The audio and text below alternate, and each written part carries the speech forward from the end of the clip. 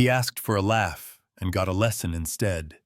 That's how it started me with a crystal pitcher at Alder and Flint, and him not even looking up when he said, "How about some financial advice with that refill, like I was part of the tableware?" And I said, "Sure, 40%.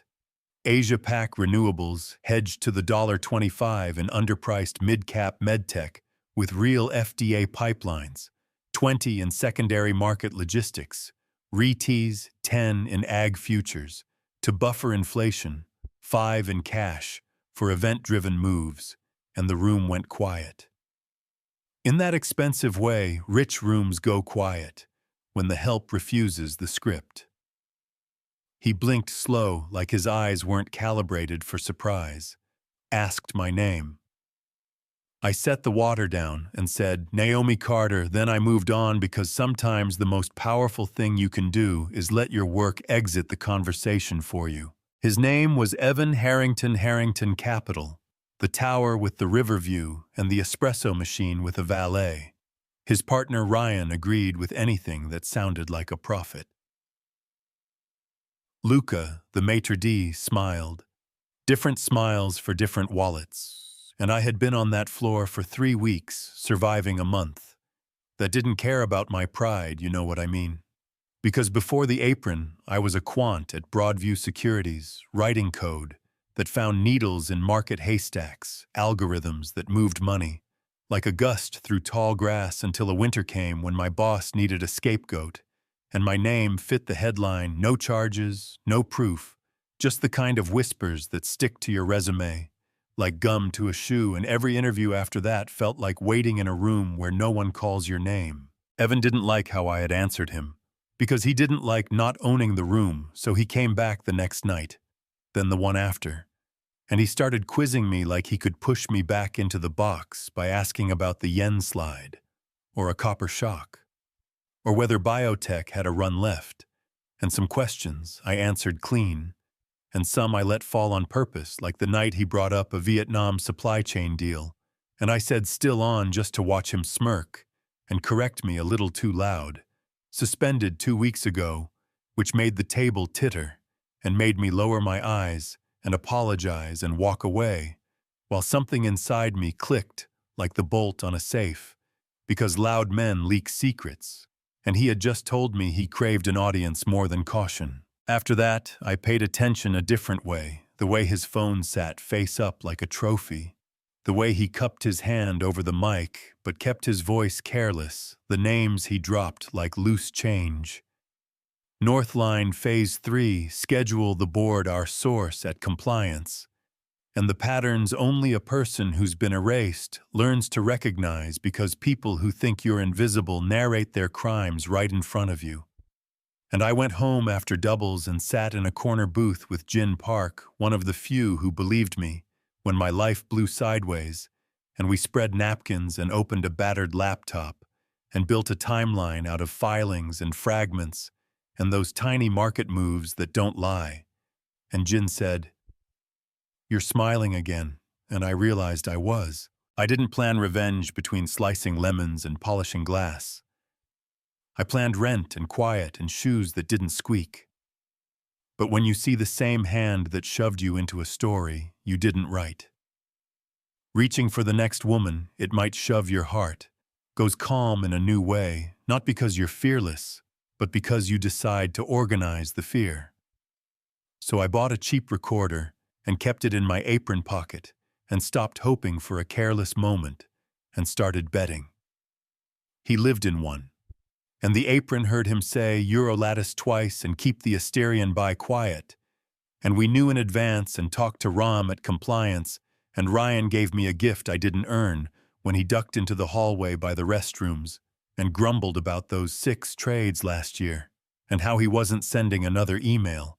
If legal wouldn't bless the burner, yeah, that happened. And pretty soon the dots weren't dots anymore. They were a line that spelled a word I'd learned to respect. Pattern.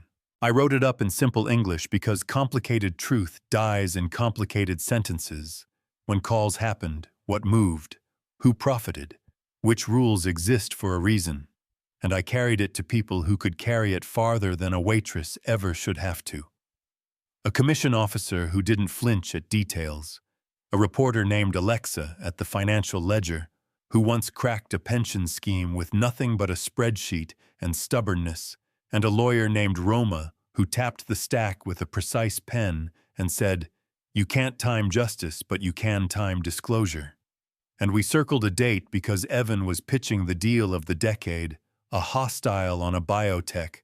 With a pipeline, investors would drool over the Yamamoto Group flying in the kind of day where a single slide deck can move other people's retirements from safe to gone. The twist came when I realized I wasn't just trying to get my life back. I was trying to stop his machine from chewing someone else's life next. So I put on a navy suit from a consignment rack and walked into his boardroom right after he said, "We expect to control the board in 90 days. And all the air conditioning in Chicago couldn't match how cold that room went when a server walked into a room that didn't rent humility by the hour. And he stood and said, "Security." And Yamamoto lifted a hand and said, "Let her speak." And that's when I plugged in a cheap laptop and let his own careless voice do more work than my anger ever could keep the Asterian by quiet until we fed it to Yamamoto then. Ryan in a muffled hallway admitting 6 trades and a burner and a timeline with 3 clean dates repeating, "Call dark pool block filing price jump." A rhythm that doesn't happen by accident, and he tried to call it meetings and consultants and market prep like words could sand down edges, but his voice shook on the last syllable. And even rich men need to breathe. I told them this wasn't blackmail, that's the language men like him use for women who won't shut up. And I said the commission has it, the journalist has it, the attorney has it, and I have multiple copies because I'm done learning the hard way. And he asked why, in a voice smaller than his suits, and I said, "Because you build careers by underestimating people like me. And the last time a man like you needed a scapegoat, I almost stopped believing the truth mattered, and other people deserve the version of this story where you don't win by default." Then I closed the laptop and let the silence say the rest. Security arrived late or maybe reluctant. I didn't fight the elevator, felt like a ride you take when the ground catches up to a lie. And outside I called Jin and said it's done, and he didn't make a joke because some moments aren't for laughs. After that belonged to deadlines and filings and headlines and attorneys who know how to make paper. Into consequence, Alexa wrote a piece that made my hands shake when I saw my own name in ink that finally told the truth. Roma filed clean and sharp. The commission moved slower than television and faster than cynicism. Investors pulled back like touching a hot pan. Harrington Capital bled clients, and Evan bled friends. And someone said his club paused his dues, and I made spaghetti and did my laundry because dinner still has to be made even when a storm breaks in your favor. 6 months later, I had a 10th floor office with brick and sky and a door with ArcLight analytics on it, because sometimes you need to see the welds. We hired 2 analysts and a paralegal, and said no to 3 checks. I couldn't stomach Yamamoto's people sent a formal note about recalibrating their risk framework, which is fancy, for we like staying out of court. Evan got 12 years and a number of fines that change how a person meets their mail.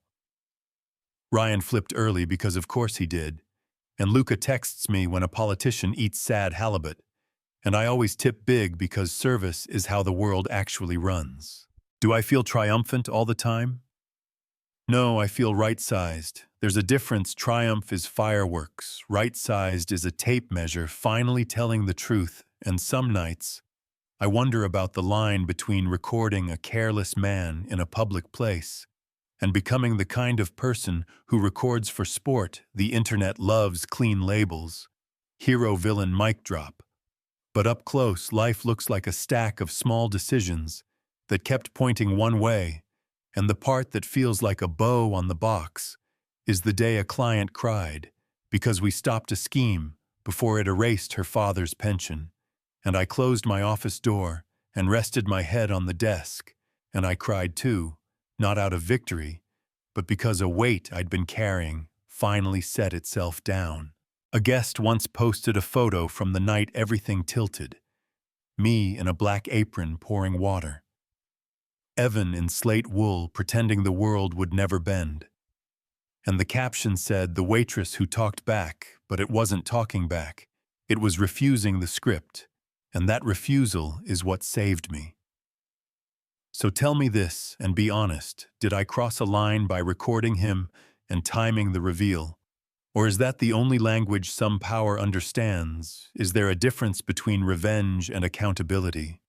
When bias and money muddy the water? And who gets to draw that line? Drop your take in the comments. Push back if you need to. Or tell me about the time someone underestimated you and paid for it, and if this hit a nerve, share it with someone who needs to remember that staying small isn't the only way to stay safe, and subscribe for more true stories where underestimation meets consequence.